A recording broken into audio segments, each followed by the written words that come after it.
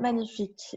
Alors, ben voilà, Marjorie, je suis très contente de te recevoir aujourd'hui et je voudrais vraiment te remercier d'avoir accepté de faire cette petite interview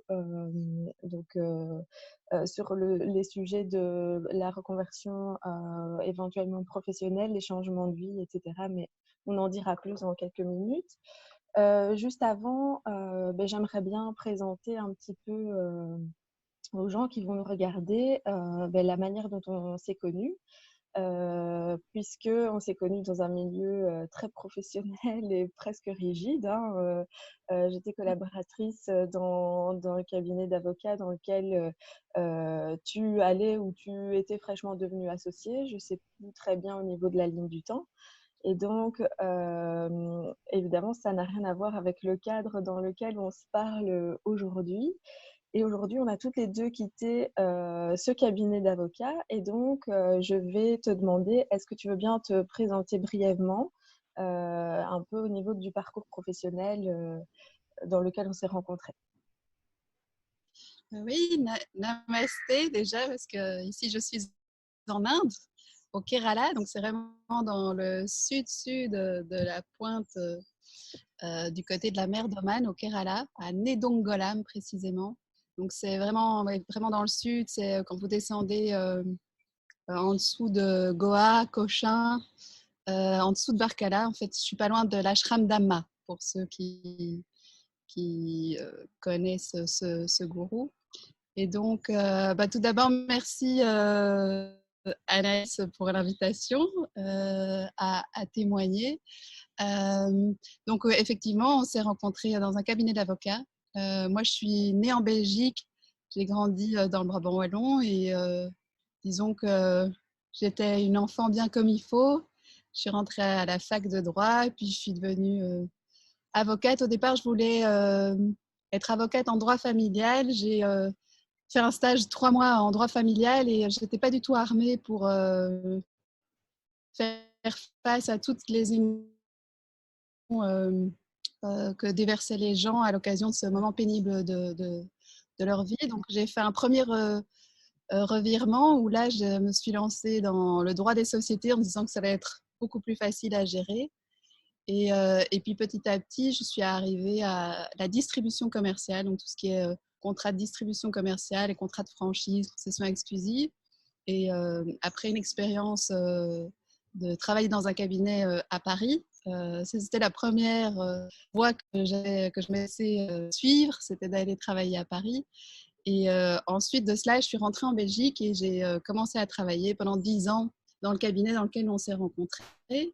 Et, euh, et, et je me suis beaucoup investie dans ma carrière. Et donc, oui, comme tu le disais, je suis devenue associée, je pense, je ne sais plus les dates, mais ça devait être vers 2017, quelque chose comme ça, à un moment où oui, je suis devenue associée oui, en janvier 2017, alors que c'était la première fois que je voyageais en Inde à cette époque-là. Et donc, j'étais partie un mois en Inde et à mon retour, effectivement, j'ai signé les papiers pour devenir associée de mon cabinet. Donc, on pourrait se dire que c'est un peu l'aboutissement, quoi, d'avoir tant travaillé, passé tant de week-ends, pas avoir compté 16 heures. C'est vrai que le boulot d'avocat peut être un boulot qui demande beaucoup d'investissement. Et donc, je suis arrivée à sans doute une étape importante dans la carrière d'avocat. Et en même temps, c'est une époque où j'avais de plus en plus envie d'être ailleurs qu'au cabinet. Et, euh, et donc, c'est un peu comme ça que tout a commencé. C'est mon corps qui m'a parlé, en fait, une certaine lassitude. Et alors que je devrais être en pleine satisfaction de là où j'étais arrivée, avec une clientèle qui commençait à se développer de plus en plus. Et étonnamment, plus je prenais du temps pour moi et plus j'étais en dehors du cabinet, au plus j'avais de clients. Donc ça, c'est quelque chose qui reste toujours une énigme pour moi, parce que j'ai l'impression d'être moins la bonne élève, puisque j'étais moins disponible. et moins, je passais moins d'heures au cabinet, donc forcément les délais, les clients devaient m'attendre et pourtant, oui, ils étaient là. Ils étaient là, mais moi j'avais une lassitude du conflit, presque même à un moment donné une aversion pour le conflit, des maux de ventre à devoir appeler un confrère que je savais plutôt belliqueux. Euh, et donc, mon corps m'aidait à voir, enfin, il m'aidait et il m'obligeait à voir mon inconfort dans ma vie de l'époque. Donc, je me suis fait une entorse. L'entorse, c'est on n'a plus envie d'avancer dans cette voie. Et chaque fois que je venais me ressourcer, soit en Inde, soit en organisant des stages en Belgique, des projets qui me mettaient vraiment dans mon élan de vie et dans ma pleine énergie, je rentrais au cabinet et en 3 jours, je sentais l'énergie qui se vidait. Et je ne compte plus les fois où je devais fermer la porte de mon bureau et où j'étais en larmes finalement à ne plus savoir par où j'allais commencer. Et alors que ça n'a, c'est vraiment la constance. J'ai toujours eu l'impression d'avoir de la chance dans les rencontres avec mes clients. Donc, c'était vraiment le conflit, c'était pas le client. Parce que le client, j'avais l'impression vraiment d'être chanceuse par rapport à la relation de l'avocat à son client. Et je me rendais compte que je faisais du bien à mes clients. Parce que c'est vrai que quand on est avocat, en fait, on a la première oreille de son client. Donc, ça fait déjà un bien fou à la personne qui est en conflit de pouvoir raconter son histoire à quelqu'un. Quelqu'un qui est de votre côté en plus, qui va de temps en temps essayer de vous raisonner, mais qui est là pour vous. Donc, je voyais une utilité à ma fonction et en même temps, je n'en pouvais plus. Donc, j'ai essayé de contourner ce mal-être en me formant à la médiation avec la communication non violente, qui a vraiment été une expérience magnifique. Je me suis formée en France pendant 1 an, mais c'était aussi magnifique parce que cette formation était magnifique. En plus, ça m'obligeait à être 1 semaine par mois en Ailleurs. formation et donc pas au bureau. Et donc, je pense que ça m'a fait tenir pendant tout ce temps à continuer à travailler, mais avec tout le temps, c'est up and down. Donc, de revenir avec de l'énergie, de me raisonner, me dire, allez, tu as une super équipe, parce que moi, j'avais la chance d'avoir des collaborateurs en or, vraiment sur qui je pouvais compter, et donc d'avoir du plaisir avec mon staff. Mais malgré ça, c'était oui, ces up et puis ces down émotionnellement et physiquement de plus pouvoir. Ouais. Et est-ce que c'est à ce moment-là que tu as commencé le yoga ou tu étais déjà initiée? Parce que tu l'as aussi amené au bureau à un moment, le yoga. Tu savais les bénéfices que ça pouvait apporter à tout le monde. Enfin, quand est-ce que tu as commencé à pratiquer le yoga et à avancer avec ces formations dans ce cheminement propre? Et le yoga, c'était il y a plus longtemps que ça, parce que je dirais que mon mal-être au bureau, c'est ces 2 dernières années. La première année, je ne me suis pas permis de l'exprimer parce que mon mentor vivait des circonstances familiales difficiles et donc je voulais le soutenir. Sa femme était malade et donc quelque part, je ne me laissais pas la place de me poser la question. Mais cette dernière année a vraiment, oui, la dernière année et demie, là j'étais vraiment en plein dans ce mal-être que je décris. Mais le yoga, j'y avais goûté, j'étais tombée dedans, on va dire, déjà depuis un certain temps. C'était il y a 4 ans et demi, 5 ans, où j'étais encore mariée à l'époque et mon compagnon allait pas très bien. Et il était en espèce de phase de dépression et je ne savais pas comment faire pour l'aider. Et puis, je sentais aussi que moi, j'étais prise dans cette situation pas facile. Et je me suis mise à refaire du sport et pour me défouler, quoi, parce que vraiment, c'est un besoin de me défouler. Et il se fait que, je ne sais pas si vous connaissez Zoé Topiro et les Inspiring Morning et son groupe Les Allumettes. Elle avait lancé à l'époque son tout premier Inspiring Morning au Bois de la Cambre. Et donc, on se retrouvait pour une course en conscience et puis un moment de méditation. Et moi, j'ai vu passer ça sur le net. Je me suis dit, je vais y aller. Et donc, c'était le premier. Hein. On était 5. Et, et c'est elle, en fait, qui parce qu'elle a créé ce groupe où on s'est vu pendant ensuite plus de 2 ans, tous les mercredis à 6 heures du mat, et où là, on faisait du yoga et puis de la méditation, m'a connectée au yoga. Le yoga, j'en avais déjà fait avant, mais sans doute que c'était pas le moment pour ça. Et outre le fait que je découvrais le yoga et la paix en moi par la méditation et la respiration, j'ai aussi découvert en fait euh,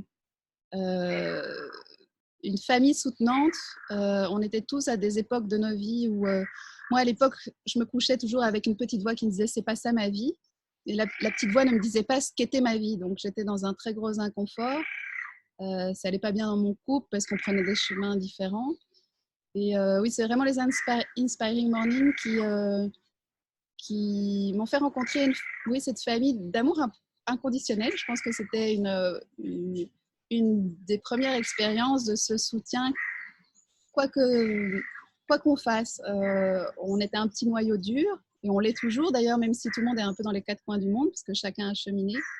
Mais ça nous a porté dans des moments difficiles, parce que quand on se rend compte qu'on n'est pas dans la vie qui fait sens pour soi, on passe par des moments sacrément difficiles qui sont formateurs et qu'on doit vivre pleinement.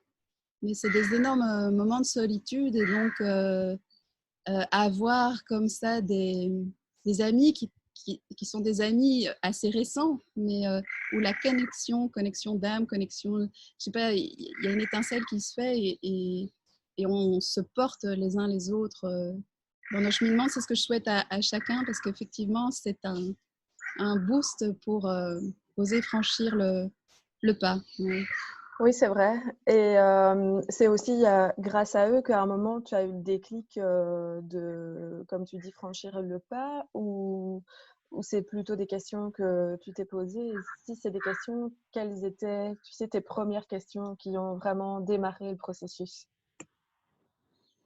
Je dirais que c'est grâce à eux, comme à plein d'autres gens. Je pense que la vie met sur notre chemin les maîtres dont on a besoin, parce que tout est maître, que ce soit les personnes ou que ce soit les situations. Euh, Moi, c'est vraiment ce sentiment de me coucher et d'avoir tous les soirs cette phrase, c'est pas ça ma vie. Et je me dis, mais enfin, c'est dingue. T'as un bon job, c'est facile, t'es presque ton patron. Donc, tu vois, tu ne rends pas beaucoup de compte, t'es assez libre dans la manière de travailler. T'as un mari super, il n'est plus mon mari, mais ça reste quelqu'un de super, mais une relation avec quelqu'un qui est humainement vraiment quelqu'un que tu apprécies, et pourtant t'es pas bien. Matériellement, j'étais très, très confortable, et pourtant tout ça faisait que j'étais pas satisfaite de ma vie. Et donc, c'est vraiment une question qui me mettait dans un inconfort, et parce que j'avais commencé aussi ça depuis bien plus longtemps à pratiquer la communication non violente, consciente et bienveillante. Je me rendais compte aussi que la joie n'était pas souvent là quand j'étais chez moi, et qu'elle n'était pas souvent non plus quand j'arrivais au bureau, à part voir mon staff. Mais ça, c'était pour le côté personnel et parce que j'aime ces gens. Mais je les aime toujours, et on n'est plus dans cette relation de travail. De me rendre compte, oui, que la joie n'était pas toujours là où la raison me conduisait. Et donc, c'est pas facile, et ça a été très long, parce que moi, je suis une instinctive, mais avant de m'autoriser à écouter mon intuition et ce que me dit mon cœur, je le ressens pleinement, mais je m'auto-raisonne très bien. En plus, je suis avocate, donc je suis bonne pour plaider contre moi. Et donc, ça a été long. Et il y a 4 ans, c'est ce que j'expliquais, c'est que finalement, j'étais devenue associée en même temps que je faisais ce premier voyage seul en Inde, sac à dos. C'est un voyage qui m'a conduit tout à fait par hasard ici à Maitri Mandir, à l'association où je vis actuellement. C'était un voyage de survie. J'étais tellement mal à me poser des questions. Là, c'était plus lié à ma relation, de me dire, mais est-ce que je vais partir? Et est-ce que oui, j'avais comme besoin d'être complètement détruite par les questions que je me posais pour oser les faire.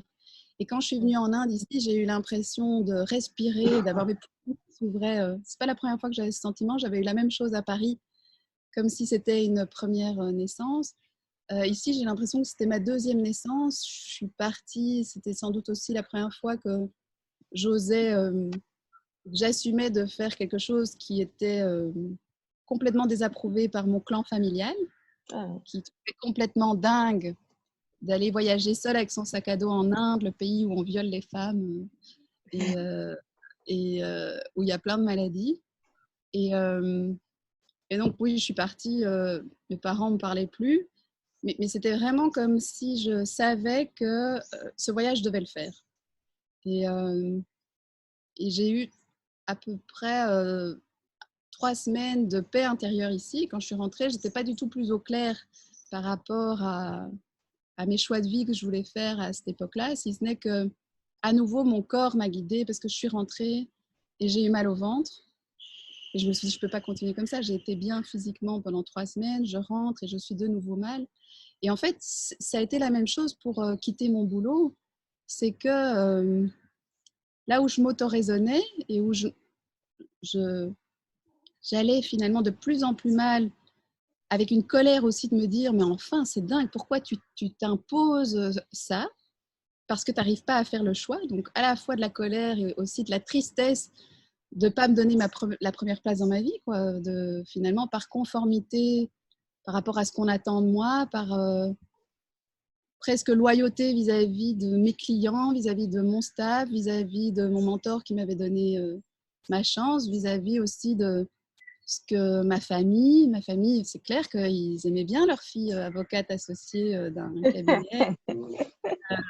Ça leur plaisait beaucoup mieux que la fille yéyé qui est en Inde, qui chante et qui fait du yoga et de la méditation. Mais oui, c'est du coup, face à cette torture du mental, moi, c'est le corps plutôt que des questions qui m'ont fait comprendre que si je continuais, soit j'allais faire une maladie, soit j'allais faire une dépression. Et j'avais même l'impression parfois que j'allais mourir. Ouais. Donc, Ouais, ouais. donc c'est vraiment physiquement plutôt qui a été le premier signe et qui t'a aidé à franchir le pas. Je ne dirais pas que c'est le premier signe parce que ça, c'est au bout d'une torture du mental qui a pris plusieurs années où je me disais, mais il faut que je parte, mais, ah oui, mais j'ai mes crédits à rembourser. Ouais, ouais. Oui, mais j'ai pas passé toutes ces heures au bureau, j'ai pas fait tous ces sacrifices pour alors que maintenant, mon mentor va prendre sa retraite, me remet sa clientèle et moi, je vais partir. Mais oui, donc c'est des, une période qui est vraiment une immense période de tristesse, de solitude, de colère, où on a l'impression qu'on fait de temps en temps un pas en avant vers Et puis sa vie, ouais. et puis un pas en arrière. Et on tourne en rond aussi. Et, ouais, et là, moi, j'avais en parlé de mes départs. Oui, aller prendre un peu du soutien en faisant un travail sur soi via un psy, ça peut aider. Mais moi, ce qui m'a vraiment aidé, oui, c'est le yoga et la méditation. C'est faire silence et écouter là où le corps est en paix, là où je suis en sérénité. Et puis, c'est vrai que la vie a mis. Moi, j'ai rencontré Sarvahatma Mitra ici, qui est celui qui a créé l'association et qui est Swami, donc maître spirituel et yogi, et qui m'a fait le cadeau de m'accompagner aussi dans mon cheminement. Et je pense qu'on a tous autour de nous des présences heureuses dans ces moments d'hésitation. Et ça passe pas spécialement par la parole, mais parfois par un exemple ou par une confiance qui est accordée dans notre potentiel et là où parfois on manque de confiance en soi et d'estime de soi, d'autres ont ce regard-là qui te permet en fait de changer aussi le regard sur toi. Les allumettes, c'était aussi un peu ça. Ouais. Oui, c'est vrai. Mais comme tu disais, après, il y avait aussi comme question, est-ce que tu es comprise dans ton choix, soutenue? Tu as un peu donné quelques éléments de réponse par rapport à tes proches et ta famille. Est-ce que par moment, ça t'a bloqué? ce soutien, enfin cette recherche de soutien, peut-être d'approbation ou ouais, juste d'être reconnu peut-être par tes proches. Oui, alors ça, bien sûr, ça m'a retenue dans mes élans. Ça m'a beaucoup fait souffrir et je dirais que ça me fait encore beaucoup souffrir aujourd'hui, même si je travaille là-dessus. Mais ah, je vois deux petites mangousses qui passent sur le toit juste devant moi. Si elles restent loin, ça va. Non, c'est difficile. C'est vraiment difficile de, de prendre une voie qui n'est pas toute tracée pour la société. Je pense que j'ai la chance de vivre dans une famille où je suis vraiment aimée, mais sans doute que mes choix de vie déstabilisent totalement mes parents et, euh, et que donc ça fait naître chez eux une grande insécurité par rapport à, à mon bonheur et que comme en plus j'arrive pas à partager parce qu'on n'arrive pas à se rencontrer dans nos visions de la vie. Euh, et le coronavirus a encore bien montré aussi les différences dans les approches.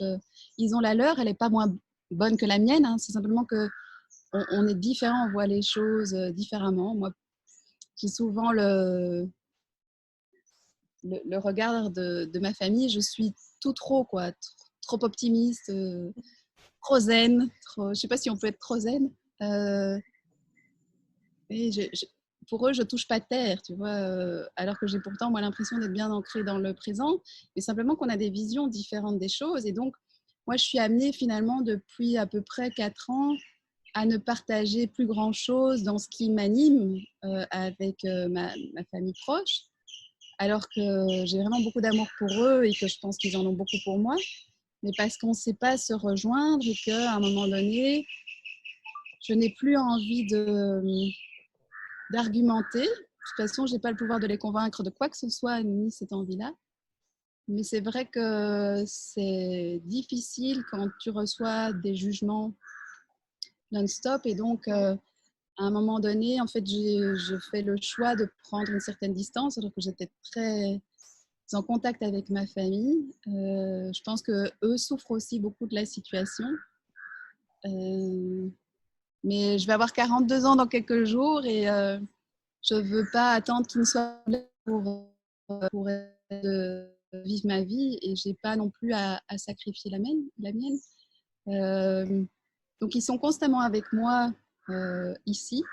Mais c'est vrai que les contacts sont beaucoup plus espacés parce que j'essaye de garder aussi mes énergies. Mais c'est vraiment quelque chose de difficile et oui, ça m'a ralenti sur mon chemin.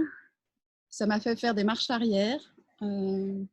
Et aujourd'hui encore, même si j'ai plus de courage qu'avant pour avancer, il y a encore des grands moments de solitude et de blessures, de ne pas finalement sentir, c'est mon interprétation, mais de sentir qu'au sein de ma famille, je ne me sens pas avoir la place d'exister authentiquement. Oui. Ouais.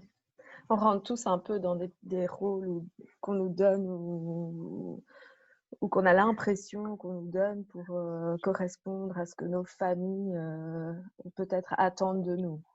C'est un peu difficile de prendre le contre-pied et d'avoir le courage de ne pas rentrer à chaque fois dans ce rôle. Mais bon, après... Et après, c'est aussi accepter de déplaire, quoi, de ne pas répondre aux attentes de nos proches. Et, et c'est difficile parce qu'il y a chaque fois la question de est-ce que le lien est en danger et Oui, en fait, non. non, enfin, oui, mais un lien dans lequel on ne peut pas être soi, est-ce que est-ce qu'il faut s'investir dans ce... Je ne parle pas du tout que c'est le cas avec mes parents, hein, mais de manière générale, si dans un lien, quel qu'il soit, on n'est pas soi-même, euh, est-ce que ça vaut la peine de continuer à s'investir dans une mascarade finalement? Oui. Non, sans doute que non. Vous venez d'assister à la première partie de la vidéo de l'interview de Marjorie, que j'ai décidé de couper pour pouvoir vous faire profiter pleinement de ses explications sur le magnifique endroit depuis lequel Marjorie nous parle. Et donc, vous découvrirez demain toutes les explications sur cet endroit merveilleux en Inde et sur tout ce qui s'y passe en termes de stages de yoga, etc. Donc, amis yogi, je vous donne rendez-vous demain pour la suite.